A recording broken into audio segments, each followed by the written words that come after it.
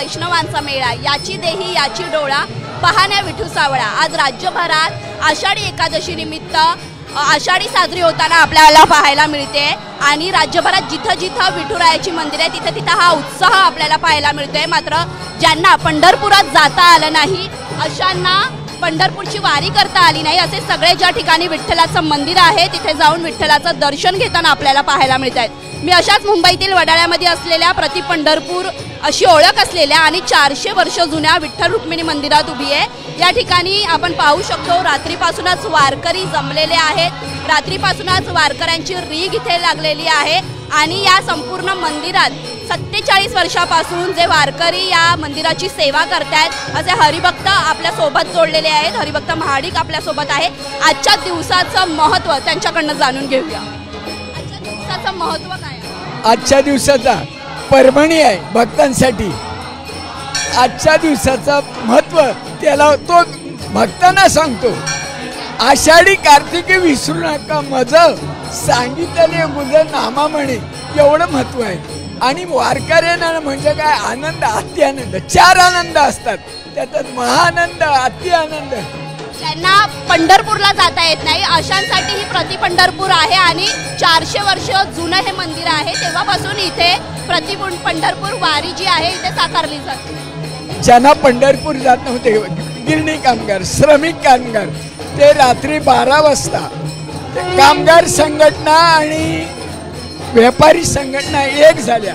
12 वाजता सोडणाऱ्या गिरण्या 11 वाजता सोडलेत आणि गिरण्या गावातून शेकडो दिंड्या इथे यायची आणि त्या कामगारांनी प्रति पंढरपूर म्हणून हे नाव दिलं कामगारांनी। अशी पंढरपूर। या मंदिरात कधीपासून आहात आणि कधीपासून ही सगळी पंढरपूरची प्रति पंढरपूर आहे? 1976 साली आलो ह्या मंदिरामध्ये। माझे सद्गुरू मला मान्या माऊली भेटली। ह्या मंदिरामध्ये रोज सकाळी 4 वाजता पूजा होते, नंतर आरती होते आणि 6 वाजता देव भक्तांना खुलं होतं।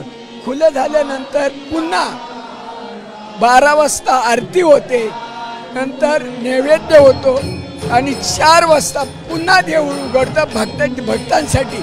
आणि रोज वर्षाच्या 12 महिन्याच्या 30 दिवस ज्ञानेश्वरी ग्रंथराज याचं ह्या मंदिरामध्ये 5:30 ते 7 पारायण होते। बाकी मुंबईमध्ये कुठे नाही। प्रत्येक एकादशीला वारकऱ्यांचं कीर्तन असतं आणि इथे ज्ञानेश्वरी पारायण होतं, गाथा पारायण होतं, शंकराची महापूजा, रुद्राभिषेक असतो। अनेक कार्यक्रम ह्या मंदिरामध्ये लाभले जातात। त्याने पारायणासाठी जी मुलं आली पाहिजे, तरुण मुलं, ती आता येत नाही। मी तुम्हाला सर्वांना विनंती करतो, तुम्ही या मंदिरामध्ये या आणि माऊच्या पारायणाचा लाभ घ्या आणि आपलं जीवन सार्थक करा आणि आई वडिलांची सेवा करा।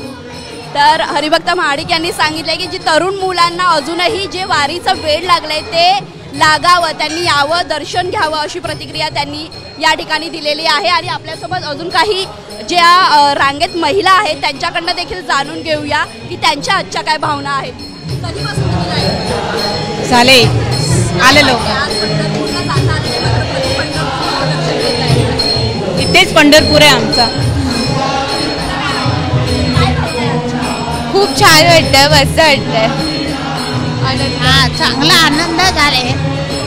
आपण पाहतोय की खूप अशा प्रतिक्रिया ज्या आहेत, भावना ज्या आहेत त्या त्यांनी व्यक्त केलेल्या आहेत। खूप छान वाटतंय। पंढरपूरला जाता आलं नाही मात्र प्रति पंढरपूर इथे दर्शन आम्हाला विठ्ठलाचं घेता आलं, विठुरायाचं दर्शन, रुक्मिणीचं दर्शन आम्हाला इथे घेता आलं, अशा भावना सगळ्यांकडनं देण्यात आलेल्या आहेत।